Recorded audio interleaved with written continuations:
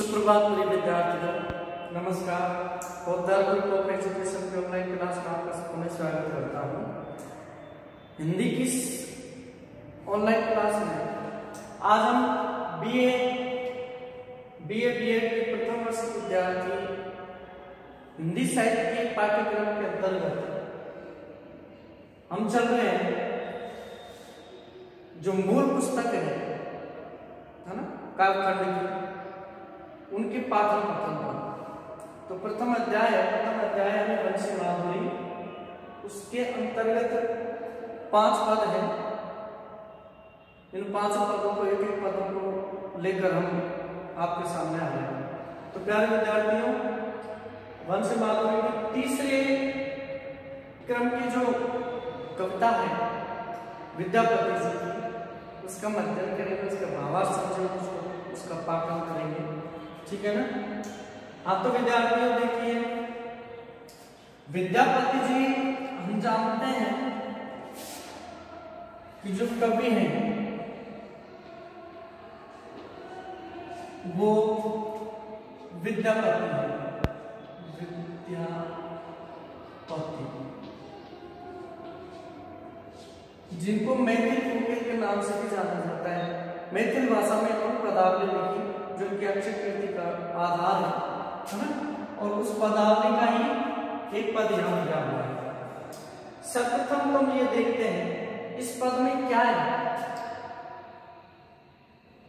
किस किस के बीच में संवाद हो रहा है, क्या विषय वस्तु है। इसको जानने से पहले हम इसको एक बार पढ़ते हैं, पढ़ते हैं। पढ़ने के बाद हमें थोड़ा बहुत ये मालूम हो जाएगा कि ये क्या है, किस विषय के बारे में लिखा हुआ है, ठीक है ना। देखते हैं। तो सबसे पहले हम पद को पढ़ते हैं। कुंज भवन से चल गेली रुकल गिरधारी। एक एक पंक्ति पर जाना। कुंज भवन से चल गेली रुकल गिरधारी, एक ही नगर बसमा थी जल कर बटमारी। एक ही नगर बसमा थी जल कर बटमारी। छाण कन्हैया मोर आंचल, छाण कन्हैया मोर आंचल, फाटत नवसारी। अपजस होयत जगत भी भरी है, अपजस होयत जगत भरी है, जन करिए पुकारो। संगत सखी अब आई रे, संगत सखी अब आई रे, हम एक सर नारी। संगत सखी अब आई रे, हम एक सर नारी। और दामिनी आए तुलाई रहे एक रात अंधारी। दामिनी आए तुलाई रहे एक रात अंधारी। भनई विद्यापति गाँव में सुन गुणमती नारी। और हरि के संग किछु नाही, हरि के संग किछु डर नाही, डरा है।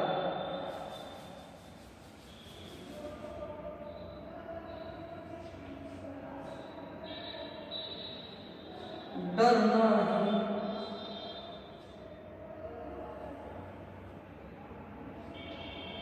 डर नहीं है।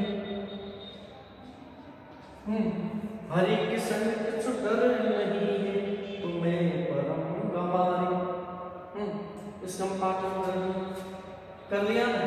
अब पाठन करने के बाद देखते हैं, हमें ये तो मालूम हुआ, ये तो पता चला कि क्या है गिरधारी। इसका मतलब श्री कृष्ण। नगर बसु माधव, कन्हैया श्री कृष्ण। फाटक नवसारी, मेरी नई साड़ी जो है धोती है वो फट जाएगी। इसका मतलब ये श्री कृष्ण और राधा के बीच का प्रसंग है ना। श्री कृष्ण और राधा के बीच का प्रसंग है, तो उस प्रसंग को हमें समझना है। फिर से एक बार पढ़ लेते हैं। कुंज कमल से चल मेली रोकल गिरधारी, एक नगर बसो माधव ही जंगल बटवारी, छाड़ कनिया आचरे फाटत नवसारी, अप जस गोयत जगत भरी जन करिए उघारी, संगत सखी अगु आए रे हम एक सरनारी, दामन आए तो लाए ले एक रात अंधारी, भले विद्यापति गाओ ले सुमति नारी, हरि के संग किछु डर नाही है तुम्हें परम गमारी। तो इसका मतलब क्या है? भगवान श्री कृष्ण और राधा के बीच में प्रसंग है। राधा अपनी सखियों के साथ, सहेलियों के साथ मार्ग से गुजर रही है, तो बीच में श्री कृष्ण मिल जाते हैं, तो उनके बीच क्या संवाद होता है देखिए। पहले इसका अर्थ समझते हैं। कुंज भवन से, कुंज भवन, कुंज भवन से जैसे ही चली भेली है, यानी राधा अपनी सखियों के साथ कुंज भवन से जैसे ही निकल कर चलने लगी, रोकल गिरधारी, तो रास्ते में, पथ में उन्हें श्री कृष्ण ने रोक लिया। यानी कुंज भवन से राधा अपनी सखियों के साथ जैसे निकल कर चलने लगी, तो रोकल गिरधारी यानी श्री कृष्ण ने उनको रोक लिया, यानी श्री कृष्ण ने उनका रास्ता अवरुद्ध कर दिया, रास्ते में खड़े हो गए। बड़ा आगे देखो। एक ही नगर बसु माधव है जन कर बटवारी। अब राधा कहने लगे श्री कृष्ण ने कि इस नगर में एक ही माधव है, इस नगर में एक ही माधव नाम के नटखट है, एक इस नगर में एक व्यक्ति है जिसका नाम माधव है, जो इसमें निवास करते बसते हैं। हमने सुना है कि वो बटवारी यानी लूटपाट करने का कार्य करते हैं। राधा ने बड़ी चुटकी ली श्री कृष्ण से, वो जानते हैं कि कन्हैया है, लेकिन उन्हें इस प्रकार रास्ता रोकना, उन्हें इस तरह रास्ता रोकना, तो इसमें व्यंग्यात्मक रूप से इसमें मजाक उन्होंने कहा कि इस तरह रास्ता तो जो गुंडे होते हैं, लूटमार करने वाले होते हैं, वो रोकते हैं। तो इसी प्रकार वो कहते हैं कि एक ही नगर बस माधव,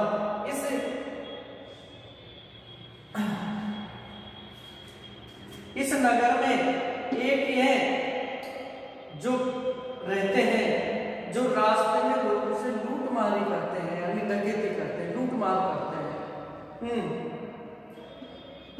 हम जानते हैं कि नगर में एक व्यक्ति जो रास्ते में जाने वालों को लूटते हैं, उनकी लूटमार करते हैं।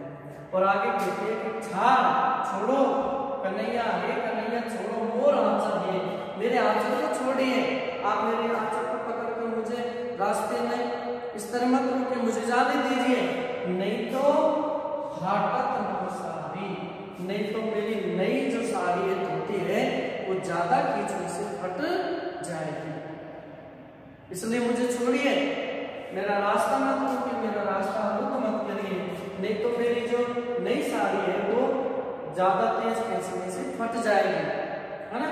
अब अपजस, अपयस, तत्सम शब्द, अपभ्रम शब्द, अपयस शब्द, अपजस होयत जगत भरी है जन करिए उघारी। अगर तुमने मुझे साड़ी खींचकर उघाड़ी करने की कोशिश की है, मुझे बेइज्जत करने की कोशिश की, यानी मेरी साड़ी को शरीर से हटाया, तो इस संसार में तुम्हारा अपयश फैल जाएगा, तुम्हारी निंदा होने लगेगी, तुम निंदित हो जाओगे। अपजस होयत जगत भरी, इस संसार भरे संसार में आप अपयश, आप निंदित हो जाएंगे, आपका यश हो जाएगा, जब करिएगा अगर तुमने मुझे उधार दिया तो। निर्वासित मतलब मेरी साड़ी को इस तरह खींचा। ठीक है ना। अब आगे राधा कहते हैं संगत सखी अगु आयली रे हम एक सरनारी, हे कन्या इसलिए मैं तुमसे विनती करती हूँ मुझे छोड़ दीजिए, मुझे आगे जाने दीजिए। संगत मेरे साथ की सखी सभी सखी अगुवाई आगे निकलना, आगे निकलना यानी अगुवाई निकलना होता है मेरे साथ संग की, मेरे साथ की सभी सखियां मुझसे आगे निकल गई हैं। हम एक सरदारी और हम यहाँ अकेले औरत यहाँ रह गई है, अकेले स्त्री यहाँ पर रह गई, अकेले नारी तुम्हारे साथ रह गई है, हमारे साथ की सभी जो सखियां वो मुझसे आगे निकल गई है और हम एक हैं जो तुम्हारा साथ मैं अकेले रह गई हूँ, अब मुझे जाने दीजिए। इस तरह विनती करते रहता है। फिर क्या होता है कि दामिनी मात्र होती है बिजली,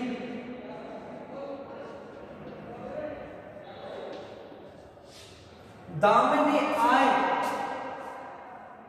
तुलाएगी एक रात अंधारी, इस अंधेरी रात में सिर्फ बादलों में, इस अंधेरी रात में सिर्फ घनघोर बादलों के बीच बिजली ही चमकती हुई कड़कती हुई दिखाई दे रही है। तुलाएगी ऐसा लगता है जैसे पूरे जिस प्रकार अंधकार में जब बिजली चमकती है तो बिजली ही दिखाई देती है ना, उसकी चमक ही दिखाई देती है।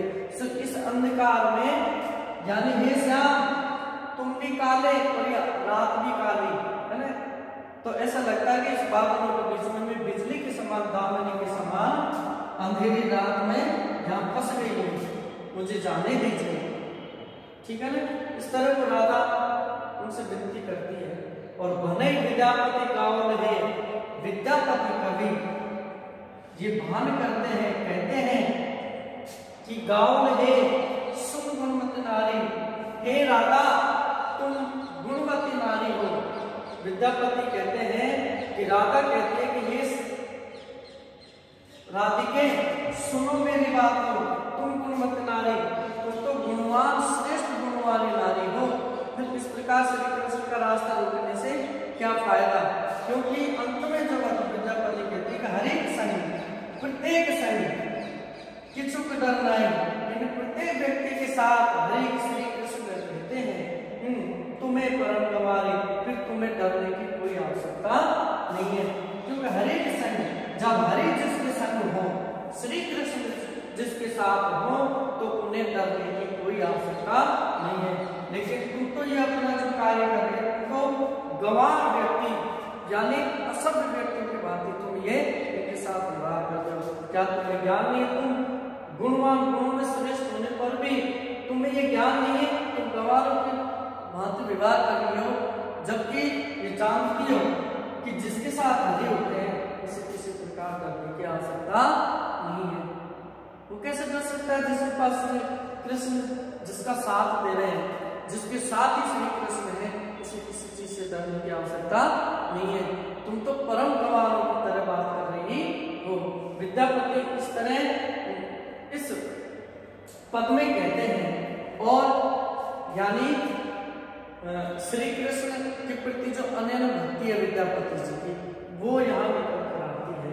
और भगवान श्री कृष्ण और राधा के बीच में जो नटखट है, जो प्रेम भरी जो क्रियाकलाप है, जो चुगलबाजी है, जो मिठास है ना, प्रेम की जो तकरार है, वो इस पद में निकल कर सामने आती है।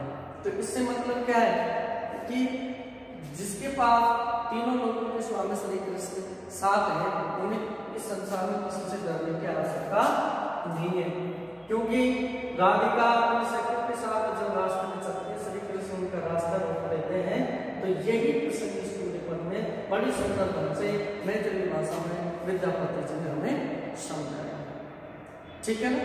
अब हमें ये देखना है कि ये भाषा मैथिली है, पदावली से ली गई है ना, उसमें संकलित पद है और श्री कृष्ण और राधा के प्रेम को व्यक्त करते हुए उनके अनुराग को व्यक्त करते हुए पद लिखे गए हैं।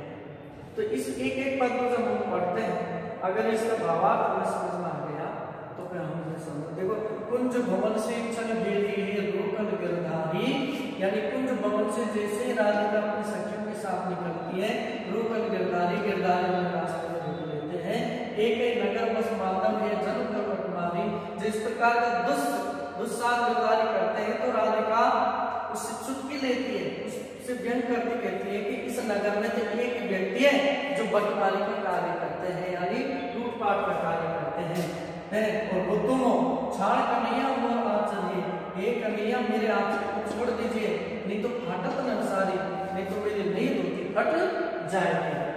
अब जस होया तो जगत भरी है जन करिए उधारी, अगर तुमने मुझे उपहार दिया और मेरे साथ इस तरह तुमने दुर्व्यवहार किया तो तुम्हारा इस संसार में अपयश, पूरे संसार भर में तुम निंदित हो जाओगे, तुम्हारा अपयश फैल जाएगा, है ना। संगत सखी अब आएगी रे हम एक सरदारी, यानी साथ की सखी अब वाली मुझसे आगे निकल गई है, अब हम यहाँ अकेले नारी रह गई है, इसलिए कन्हैया तुमसे विनती करती हूँ कि मुझे जाने दो, मुझे छोड़ दीजिए। अब देखिए दाम में आए है एक रात अंधारी, यानी जो ये अंधकार भरी रात है, एक कन्हैया तुम भी शाम पढ़ के अंधकार भरी रात में शाम पढ़ती है, इसमें राधा ऐसे चमक रही है जैसे घनघोर बादलों के बीच में कोई दामन चमकती है। तो उसी प्रकार देखिए आगे के भने विद्यापति का, ज्ञानी विद्यापति में जो ये भान होता है तो विद्यापति जी कहते हैं कि अरे राधिका सुन गुणवंत नारी, तुम तो नारियों में सर्वश्रेष्ठ नारी हो और गुणवान सर्वश्रेष्ठ गुणवान नारी हो, फिर हरेक संग की सुगंधाई और हरेक तुम्हारे साथ है, श्री कृष्ण तुम्हारे साथ है, और जिसके साथ श्री कृष्ण होते हैं उसे संसार में किसी से डरने की आवश्यकता नहीं है। तुम्हें परम गंवारे, लेकिन तुम्हारे इस व्यवहार से ऐसा लगता है कि तुम तो परम गंवारों की तरह व्यवहार कर रही हो, ठीक है ना। तो इस तरह इसका भावार्थ करते हैं। अगर भावार्थ हमारे समझ में आता है तो हम ये पक्का निश्चित मान लें कि भावार्थ समझ आ गया तो हमारे जो प्रश्न है कि वंदात्मक में जो प्रश्न आते हैं हम प्रश्न को बड़ी खूबसूरती से लिख सकते हैं और वो हमारे याद में तुरंत आ जाएंगे, ठीक है। तो प्यारे विद्यार्थियों, आज ये पद हमने पढ़ा और मैं मानता हूँ कि आप दिल से पढ़ेंगे, है ना। इसके 2-3 बार इसका भावार्थ कर लें, इससे संबंधित जो प्रश्न हैं उनको भी देख लें, ठीक है। तो इस तरह धीरे धीरे धीरे आपको समझ आ जाएगा। अगले पद के लिए मिलकर आपके सामने फिर उपस्थित होंगे, तब तक के लिए नमस्कार।